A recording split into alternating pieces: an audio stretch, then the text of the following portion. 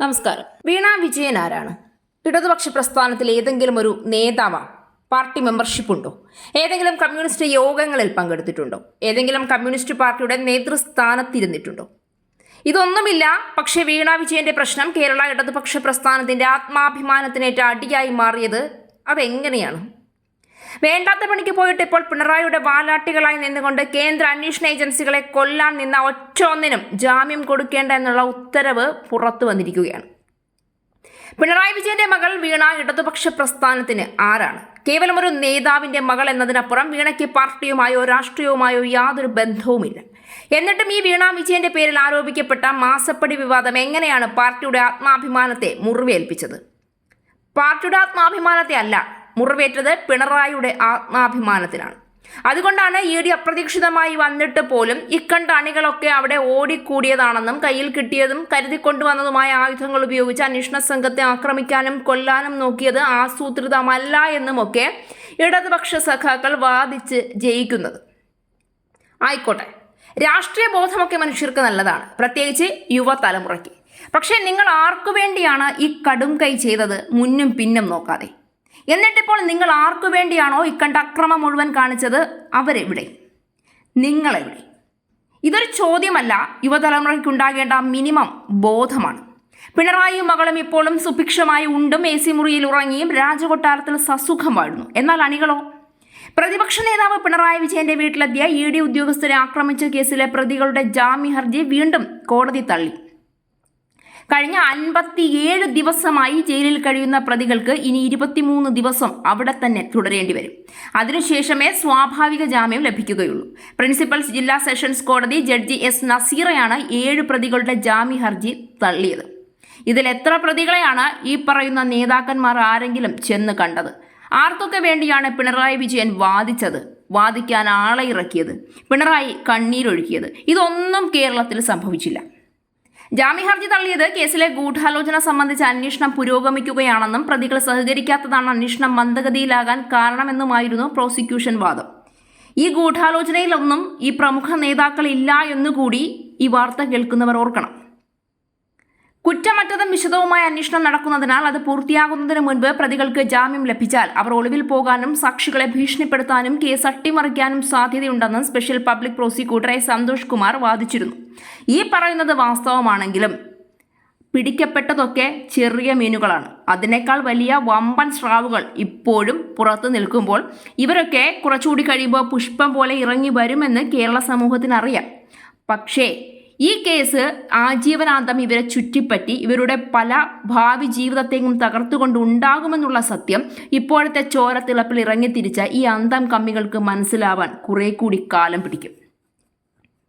Prosecution വാദം അംഗീകരിച്ചാണ് കോടതി പ്രതികൾക്ക് ജാമ്യം നിഷേധിച്ചത്. EDക്ക് വേണ്ടി special public prosecutor Santhosh Kumar ഹാജരായി. പള്ളിച്ചൽ നരുവാമൂട് തൈവിളാകം സ്വദേശി ശ്രീജിത്ത്, വട്ടിയൂർക്കാവ് മാർക്കറ്റ് ലൈൻ അനി നിവാസിൽ അനിൽകുമാർ, പേട്ട കവറടി വട്ടവിളാകത്ത് വീട്ടിൽ ദിനീത് N നായർ, കരമന നെടുങ്കാട് സ്വദേശി അമൽ, കൊടുങ്ങാലൂർ ചന്തമുക്ക് കോണത്ത് വീട്ടിൽ ദിനകർ, കരമന വാറുവിളാകത്ത് വീട്ടിൽ ഷിജു സലീം, മണക്കാട് കിള്ളി അറപ്പുര വീട്ടിൽ നിഷാദ് എന്നീ 7 പ്രതികളാണ് ജാമ്യ ഹർജി നൽകിയിരുന്നത്.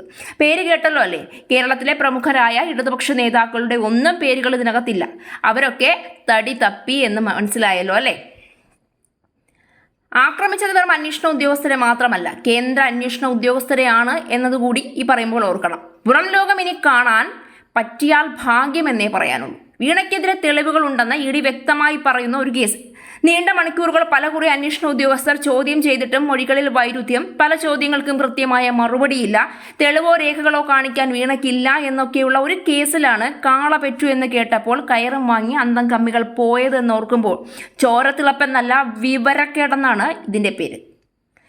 പിണറായി വിജയനോ മകൾക്കോ ഒന്നും നഷ്ടപ്പെട്ടില്ല, നഷ്ടപ്പെടുകയുമില്ല എന്ന് എല്ലാവർക്കും നന്നായി അറിയാം. പണത്തിനുമേലെ പറക്കാൻ ഒരു അന്വേഷണത്തിനും കരുത്തില്ല എന്നത് ശക്തമായ ഭരണഘടനയും ജനാധിപത്യവും ഒക്കെ ഉള്ളപ്പോഴും നമ്മുടെ രാജ്യത്തിന്റെ പരസ്യമായ രഹസ്യം തന്നെയാണ്. തെറ്റ് ചെയ്തില്ല എങ്കിൽ, ഈ കൈകൾ ശുദ്ധമാണെങ്കിൽ, മടിയിൽ കനമില്ല എങ്കിൽ പതറാതെ വിറയ്ക്കാതെ പിണറായിയും മകളും നിയമത്തെ നിയമം കൊണ്ട്, തെളിവുകളും രേഖകളും കൊണ്ട് വേണം നേരിടാൻ.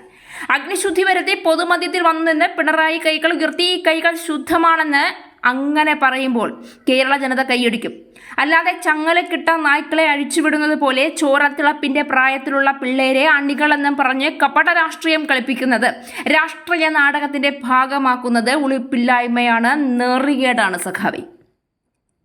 ചോരത്തിളപ്പിന്റെ ആവേശത്തിൽ നിൽക്കുന്ന യുവാക്കളുടെ മനോവീര്യം മുതലാക്കിയെടുത്തുകൊണ്ട് സ്വന്തം മകളെ കേസിൽ നിന്ന് ഊരിയെടുക്കാമെന്ന് കരുതുന്ന പിണറായിയുടെ നട്ടലില്ലായ്മയാണ് ആദ്യം ചോദ്യം ചെയ്യപ്പെടേണ്ടത്. സ്വന്തം മകൾക്കെതിരെ ഒരു കേസ് ഉണ്ടാകുമ്പോൾ അതിനെ നേരിടണമെങ്കിൽ സാധാരണ ജനിപ്പിച്ച അച്ഛന്മാർ ചെയ്യുന്നത് പോലെ അന്തസ്സോടെ തല ഉയർത്തി നിന്ന് രാഷ്ട്രീയത്തിന്റെ മേൽമൂടികളൊക്കെ അഴിച്ചുമാറ്റി അധികാരം മാറ്റിവെച്ച് വെറും സാധാരണ വിജയനായി അവൾക്കൊപ്പം നിൽക്കുകയാണ് വേണ്ടത്. അല്ലാതെ മുഖ്യമന്ത്രിയും പ്രതിപക്ഷ നേതാവുമായി ഇരുന്നു കൊണ്ട് തനിക്ക് കിട്ടുന്ന അധികാരത്തിന്റെയും ആനുകൂല്യത്തിന്റെയും പറ്റിൽ മകളെ മറ്റു പലരുടെയും മക്കളെ ഇരയാക്കിയിട്ടുകൊണ്ട് രക്ഷിച്ചെടുക്കുന്നത് അന്തസ്സുള്ള പ്രവൃത്തിയല്ല.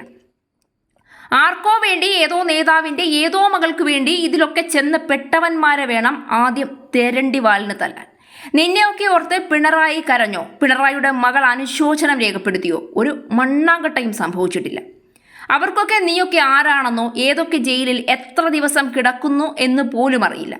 എന്നാൽ നിങ്ങളെയൊക്കെ കണ്ടിട്ട് എത്ര ദിവസമായി എന്ന്, നിനക്കൊക്കെ ഒരു തവി ചോറ് വിളമ്പി തന്നിട്ട് എത്ര ദിവസമായി എന്നറിയുന്ന, ദിവസങ്ങൾ എണ്ണിക്കാത്തിരിക്കുന്ന അച്ഛനും അമ്മയും ഭാര്യയും കൂടപ്പിറപ്പും മക്കളുമൊക്കെ വീട്ടിലുണ്ടാകും.